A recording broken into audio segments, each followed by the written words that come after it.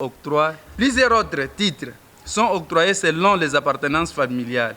Beaucoup d'entre eux les regrettent après avoir déniché leurs états d'âme et d'autres ont normalisé cette vie-là. C'est que la famille donne des titres.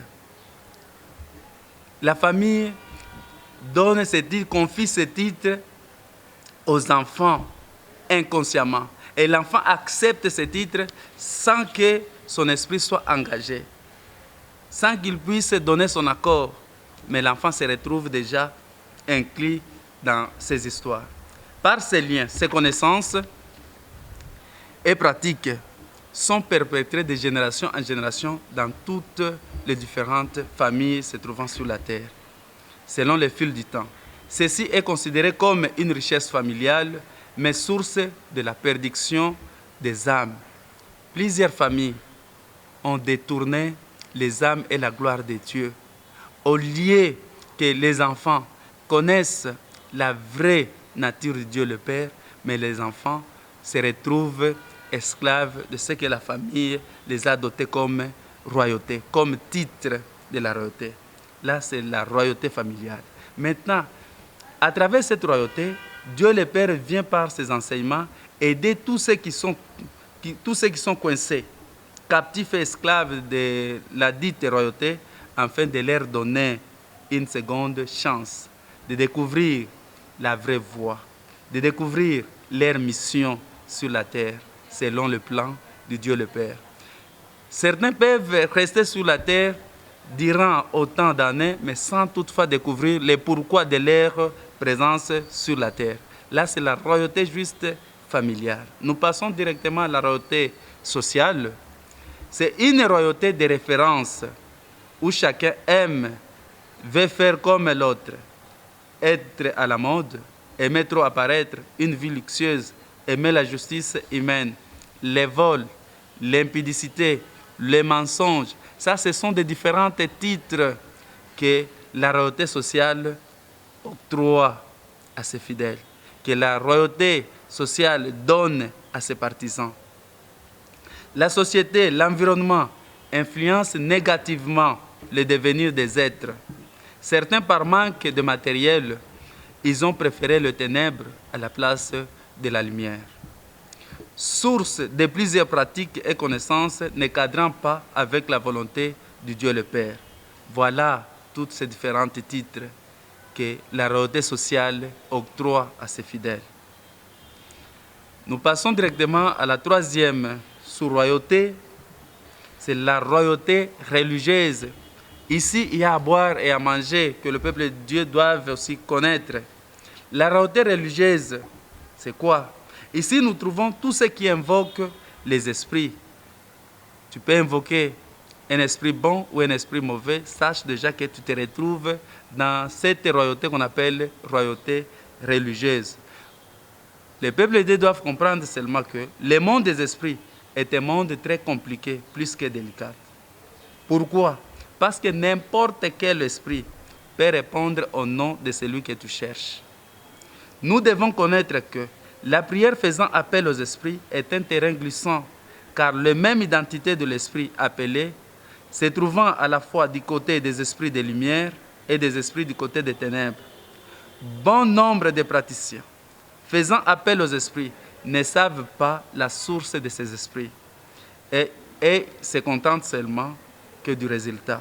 Personne n'a besoin de connaître où est venu cet esprit ou ces esprits. Bien-aimés, savez-vous que ces esprits qui nous viennent en aide peuvent provenir des montagnes? Ces esprits que nous appelons peuvent provenir des poubelles, des ronds-points, de marchés, voire même du ciel. Il y a certains qui proviennent même des cimetières. En citant ou en appelant un esprit lors de votre prière, tous ces esprits cités si haut peuvent répondre au nom de celui que vous avez fait appel, juste pour résoudre un problème, afin de prendre la gloire et de tourner les âmes au nom d'un Dieu inconnu. Le peuple de Dieu doit savoir que s'il y a un ange de lumière, il y a aussi un ange de ténèbres. S'il y a un Michael de lumière, il y a aussi un Michael de ténèbres. C'est-à-dire tous les anges se trouvant du côté de lumière sont aussi du côté des ténèbres. La royauté de Dieu le Père vient pour doter les pouvoirs aux fidèles de connaître la source de chaque esprit, de fermer l'accès aux esprits des ténèbres durant l'œuvre juste par votre présence. En tant qu'assistant à la royauté de Dieu le Père, aucun esprit du ténèbre ne prendra surface. Si dans l'œuvre qu'on appelle de Dieu, il y a des esprits des ténèbres, vous appelez un esprit, mais vous voyez qu'il y a du désordre, il y a les esprits des ténèbres, sache déjà que ça, ce n'est pas l'œuvre de Dieu le Père. Alors, par là, comment devons-nous dénicher que là, nous sommes en face d'un esprit de ténèbres ou un esprit de lumière? Parce que là, je n'arrive pas vraiment à comprendre. Merci beaucoup. Les peuples de Dieu doivent juste comprendre que, en faisant juste appel à un esprit, cela montre déjà que tu n'es plus du côté des lumières, tu es du côté des ténèbres, parce que Dieu le Père, en venant, il a besoin que la gloire puisse lui revenir, les âmes, tout le monde, que nous puissions tous nous croupir devant Dieu le Père, et non pas vers un inconnu, ou bien faire recours à tel ou tel. Faire recours à des références, ou bien à des noms se trouvant dans des références. Ça, c'est s'égarer encore davantage. Pourquoi? Parce que ces esprits sont là. Vous pouvez appeler un esprit. Cet esprit aussi œuvre pour Dieu. C'est qu'il est votre compagnon d'œuvre. En l'appelant, ou bien en faisant recours à ces esprits, en terminant juste l'œuvre, cet esprit va prendre la gloire de Dieu. Il va s'en aller avec ça. Maintenant, toi, l'œuvre que tu as faite sera une œuvre qui est inutile. Cette œuvre de la royauté de Dieu le Père est là pour interdire tout appel conscient d'un esprit autre que celui de Dieu le Père. Malgré cette dotation du pouvoir de dénicher la provenance de chaque esprit pour tout assistant de la royauté, c'est que Dieu le Père vient à travers ses enseignements pour stopper l'appel aux esprits, aux anges, aux divinités. L'homme doit appeler uniquement, va s'adresser uniquement à Dieu le Père pour trouver solution. On ne doit pas trouver solution en faisant recours à tel ou tel. Nous devons juste faire recours à Dieu le Père seul pour éviter le détournement des âmes et le détournement de la gloire de Dieu le Père. Dieu le Père vient juste pour limiter cette pratique afin que l'être humain adresse la prière à lui seul. Car Dieu le Père seul saura quel esprit faut-il envoyer pour tel problème de l'œuvre sans que ce dernier fait appel aux esprits. Si tu as un problème dans l'œuvre, tu dois juste faire appel à Dieu le Père pour trouver solution et non pas faire appel à X ou Y. Tu peux appeler l'ange.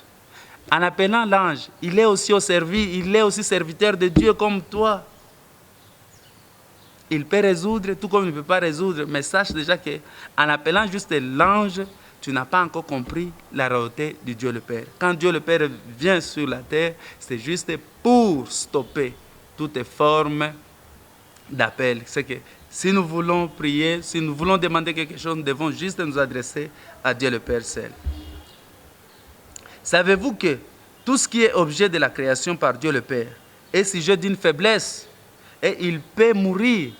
Tout ce qui a été créé, que ce soit les anges, l'homme, divinité, tout ce qui a été créé est sujet de faiblesse. Et tout ce qui est sujet de faiblesse, ils peuvent mourir. Cela veut dire même un esprit est candidat à la mort. Ne soyez pas étonnés, même un ange meurt, une divinité meurt. Les êtres suprêmes, mêmement. C'est que la royauté vient aider l'homme à ne pas commencer à faire des recours, ni à l'ange, ni à des divinités, ni aux êtres. Parce que tous ces êtres-là sont appelés à faire quoi? À mourir. Alors, Dieu le Père a placé dans l'homme le potentiel très élevé qui surprend des fois son Créateur. En limitant l'appel aux esprits, Dieu le Père veut à ce que l'homme puisse découvrir l'éternité spirituelle cachée en lui. Pour ce faire, il doit faire appel qu'à Dieu le Père seul et non à des esprits ayant des faiblesses et appelés à mourir. Tel est le chemin de l'excellence et de la perfection en Dieu. même dans nos prières, même dans nos cantiques, en citant seulement un esprit, sache déjà que tu n'as pas encore compris l'œuvre de Dieu. Tu n'as pas encore commencé l'œuvre de Dieu. Même dans les cantiques, on ne doit pas citer ou faire recours à tel ou à tel. Même dans nos prières, nous devons juste adresser la prière à Dieu le Père pour trouver solution. Nous devons faire appel à Dieu le Père seul, partout et dans tout. La représentation est un niveau très très bas dans la royauté, mais envié depuis le millénaire d'âge. Il est vrai que Dieu est esprit. Il est aussi vrai qu'il est le Père des esprits, c'est-à-dire bon ou mauvais, sont prêtes pour prendre la gloire du Dieu le Père. Évite, sois prudent et intelligent, car la perdition est devant toi.